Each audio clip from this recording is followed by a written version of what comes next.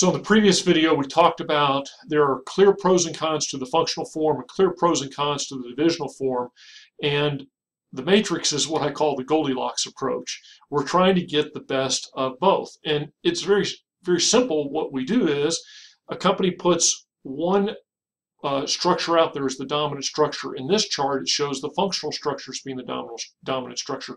Could be the other way around. It could be a divisional structure is the dominant structure. And then it puts the matrix down the other axis and says, yes, but we're going to try to facilitate coordination. So here you can see in the slide, it talks about doing it by project. It could be by function, if it was not a functional structure across the top. It could be by geography. There's any number of ways that you can matrix an organization. It all has to do with what do you make as the dominant structure, and then how do you build this cross-functional efforts. The pros of it are pretty clear. You're trying to break down the silos. You're trying to facilitate communication. You're trying to share assets and make the organizations more nimble. The cons are also, though, pretty obvious. If you're one of the workers, you in essence pick up multiple bosses. And to the extent that you're comfortable with that, great. To the extent that your bosses get along, those different bosses get along and respect each other, even better. But you have this dual structure and who's in charge, and it can breed a lot of politics. But when it works, it can actually work very well and address the problems. And that's why today, if you look into most modern corporations, they're running some form of a matrix. And there's lots of different ways to do that.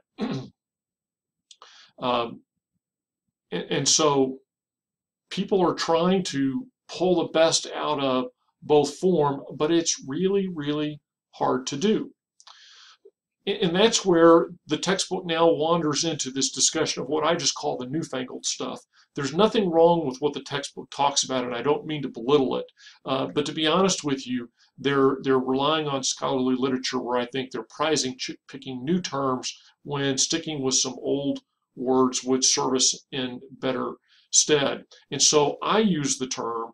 Much of the rest of the chapter is talking about how can we make our organizations more agile. That's, again, my term, nothing magical about it, but I think it speaks to what we're really talking about. They also bring up the idea of permeability with the barrier-free sorts of organizations. So when you read the section on barrier-free, to me, that's talking about a lot of internal teams, which is in itself what? A function of a matrixed organization. Then they talk about a modular organization, and this is nothing but a company that is choosing to focus on its core competencies and rely on alliances to provide the rest of the functions of the value chain. And so now you have to be very agile in forming and managing these alliances. And then they take a step even more out there, if you will, and talk about virtual organizations. And these are where you have even more fluid alliances to include often with some of your potential competitors on industry-wide collaborations. Again, these are all good stuff, but I would encourage you to use the existing terms, such as it's a part of a matrix. It is a way that we are trying to focus on core competencies and use alliances more effectively. And then they introduce that final concept called ambidexterity.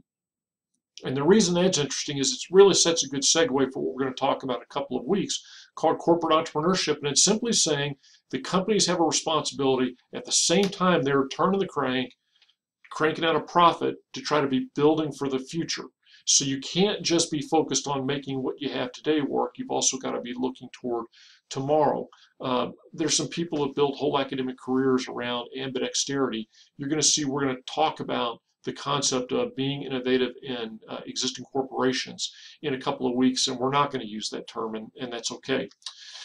So to wrap it up, you know, it's a very complicated message. Structure is really, really important, but every structural form has flaws, and it just dawned on me one of the flaws, for example, of the hybrid or the matrix mode, sometimes people call it hybrid mode, of the matrix mode is it blurs lines of accountability. And so we take this organization where you had nice people down the chain that were accountable, and with the matrix you can really blur that, and sometimes that's a problem. So there is no panacea here. There is no silver bullet or whatever cliche you want to use. And that's why making a decision that works, and then building personnel policies. And what I mean by that is what types of jobs get rewarded. What's the promotion track? How do we move people in and out? The rate at which we move people around? Those sorts of things become really important because they're going to be key to making organizational work. The textbook does a very nice job of describing the reward systems, and we've talked about that in some other chapters, and we'll talk about it again. And then this idea of corporate culture. In many cases, it is a culture that makes these different organizational forms work, or sometimes it's a matter of the culture gets hijacked by the organizational form. And then I want to wrap it up by talking about BSG. You're now well into BSG, and you've generated some different results. Part of the reason you've generated different results is as students and teams, and I know some of you potentially, some of you may be solo, so you don't have a team, but I want to talk specifically about the people in teams.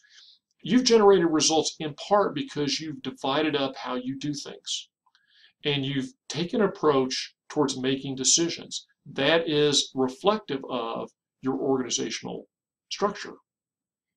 And as you wind down the simulation, you ought to be thinking about how did the way we worked within our team, or even if you're solo, how did I approach the information, which is in itself a form of organizational structure? How did it affect the way I processed what was going on and the decisions I made and the priorities I established? You're going to see we're going to talk about these very issues as we move into the next week's topic or the next section of organizational leadership.